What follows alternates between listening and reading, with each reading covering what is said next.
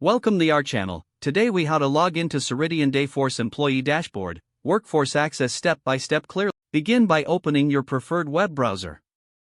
In the address bar, type in the URL for the Ceridian Dayforce login page. Press the Enter key on your keyboard. Once the page loads, locate the login fields. You will see a box labeled Username. Enter your username in this field. Next, find the box labeled Password.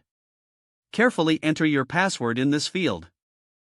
Ensure that your credentials are correct. Look for the Login button on the screen. Click the Login button to proceed. If your information is accurate, you will be directed to the Employee Dashboard. In case you encounter an error, double-check your username and password. If you cannot remember your password, click the Forgot Password link. Follow the prompts to reset your password. Once logged in, you can access your employee information conveniently. Explore the features available on your dashboard. If the page does not load, refresh the browser or try again in a private or incognito window. Make sure you are using the correct email address, then retype it carefully to avoid small typos.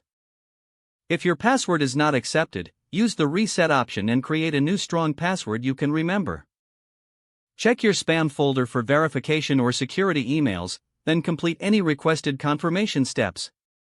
Enable two-factor authentication if available to improve account security and reduce unauthorized access risk. After signing in, review your profile details so your contact information and settings are accurate and current. If you see an error message, note it down and try again after restarting your device and internet connection. Log out when you finish, especially on shared devices, to keep your account and payment information secure. If the page does not load, refresh the browser or try again in a private or incognito window. Make sure you are using the correct email address, then retype it carefully to avoid small typos. If your password is not accepted, use the reset option and create a new strong password you can remember.